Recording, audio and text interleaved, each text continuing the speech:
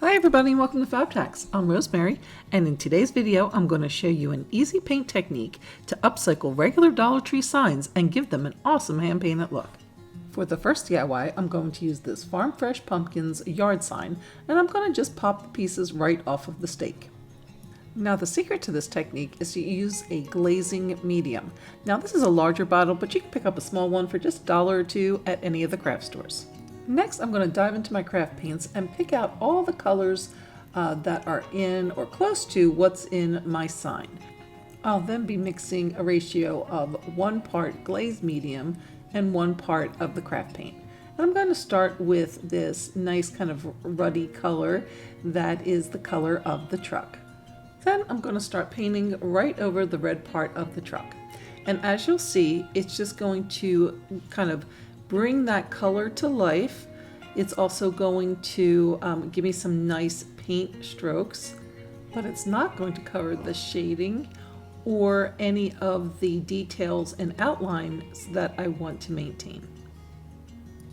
I'm also going to paint around the edges so that again it just gives it a nice finished look, and then just proceed to give a nice even coat over the front and make certain I get all the colors in that color I'm working on before moving on to the next shade.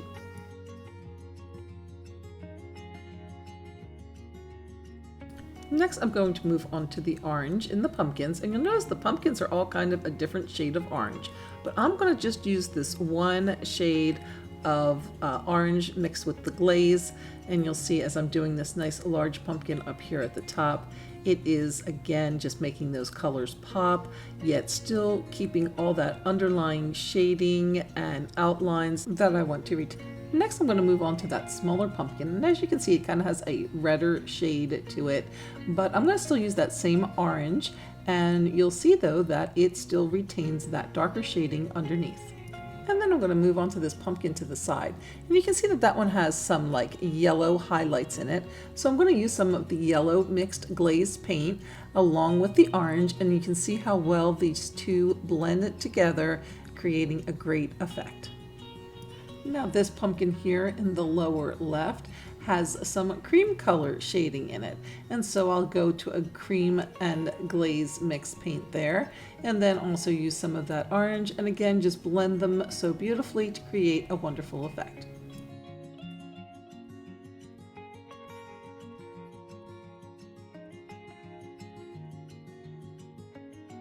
And then we'll go back with the yellow glaze paint to that little yellow pumpkin in the corner, and you can see it has all great shading on it as well, but just that yellow glaze on top will just make the colors pop yet retain all of that original shading.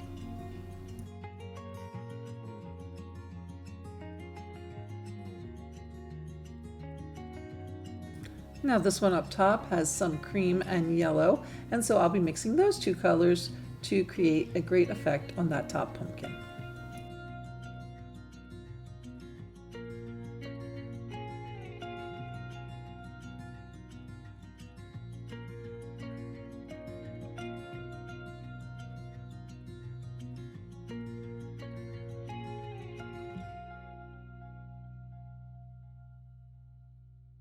And then I'll be using a mixture of browns and greens, again mixed with the glaze, to create the stems.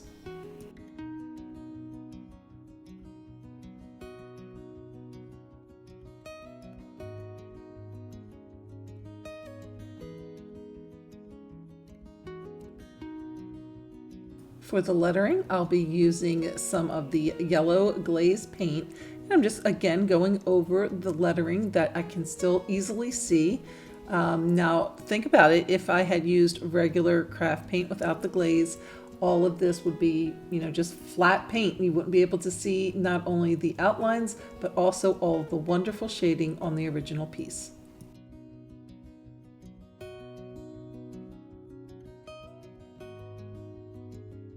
And then once I've completed the lettering, I'm just going to go back up and make sure I get that blue rim there just below the roof.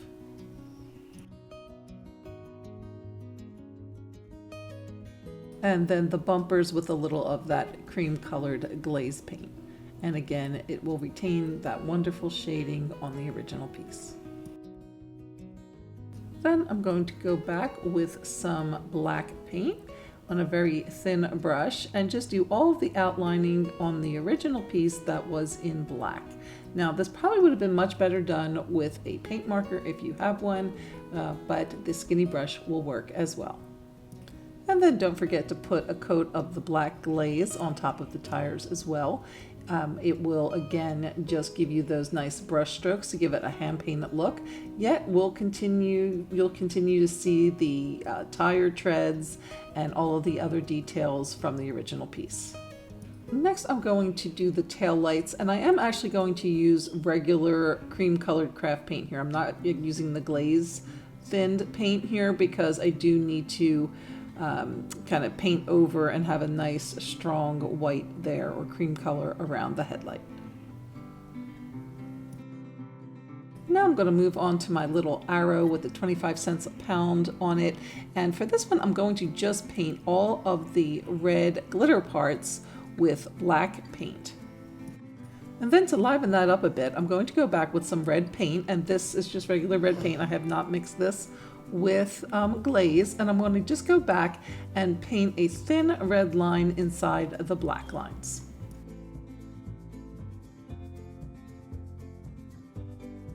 And then here are my finished Dollar Tree pieces.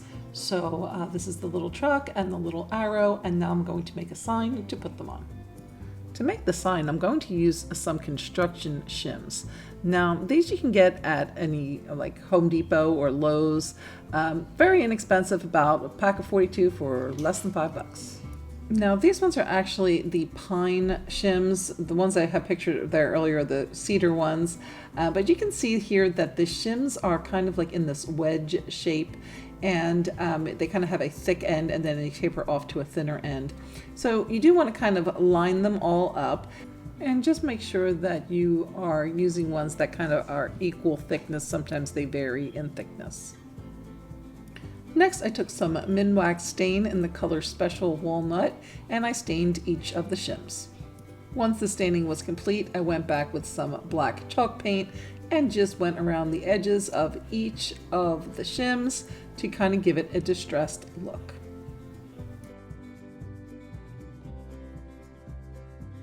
To assemble the sign, I'm going to take 2 of these extra large craft sticks that I've placed some of my favorite Titebond quick and thick glue on, and then I will simply start laying down all of the pieces.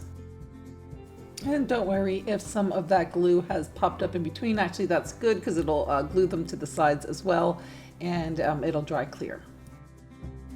And then here are the shims once they have all been glued together, and you can see how it creates a great little wood sign that you can use for all types of projects, and best of all, it only costs less than a couple of bucks.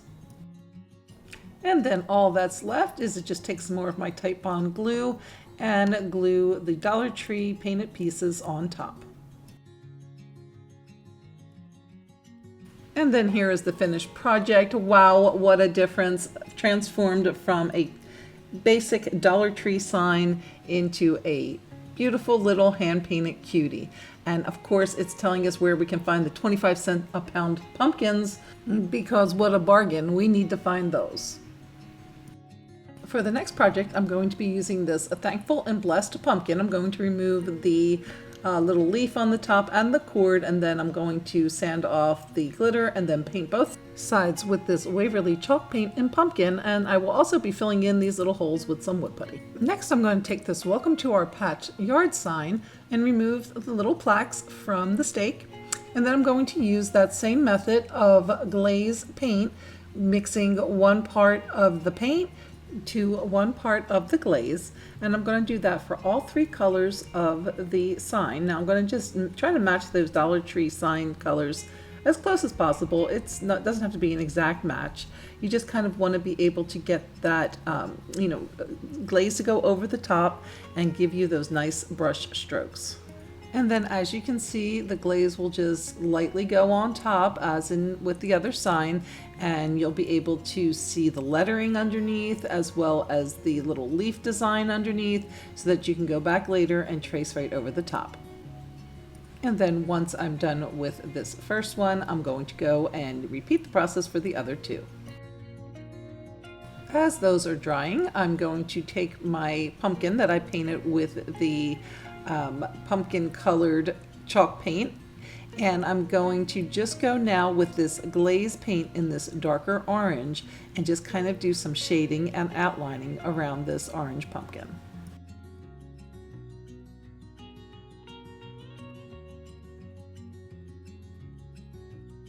To give my pumpkin a little highlighting, I'm going to take some of that yellow glaze and mix it with some of that orange glaze, and then just give the pumpkin some highlighting in each one of the sections.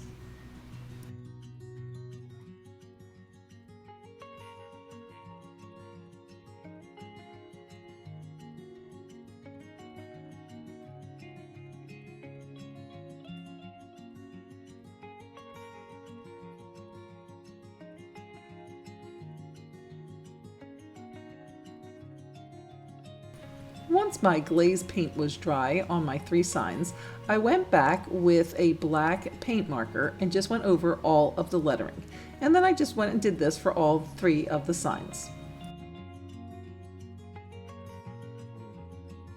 Once all my lettering was done and dry, I then switched to a black Sharpie marker to outline both my pumpkin and my leaf designs on each of the signs. To make the monogram, I printed off a letter from my computer, and I did it with kind of an open font so that this way I didn't waste all that printer ink since it's such a large letter. And then I just did the old scribble method on the back, and now I'm going to just place that to the front of my pumpkin and then just trace around the letter to get that carbon imprint on the pumpkin on the other side. And then I just used a paint marker to go over the pencil tracing, and then once the outline was complete, I switched over to paint in order to preserve my paint marker, much less expensive.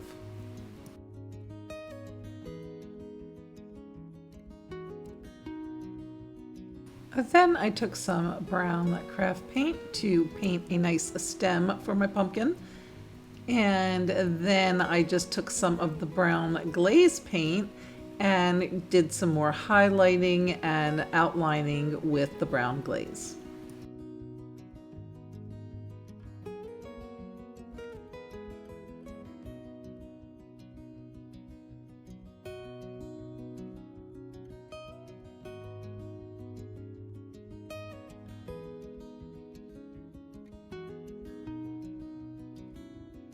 And since I wanted to use the back side of my stake, I just went ahead and gave it a coat of brown paint.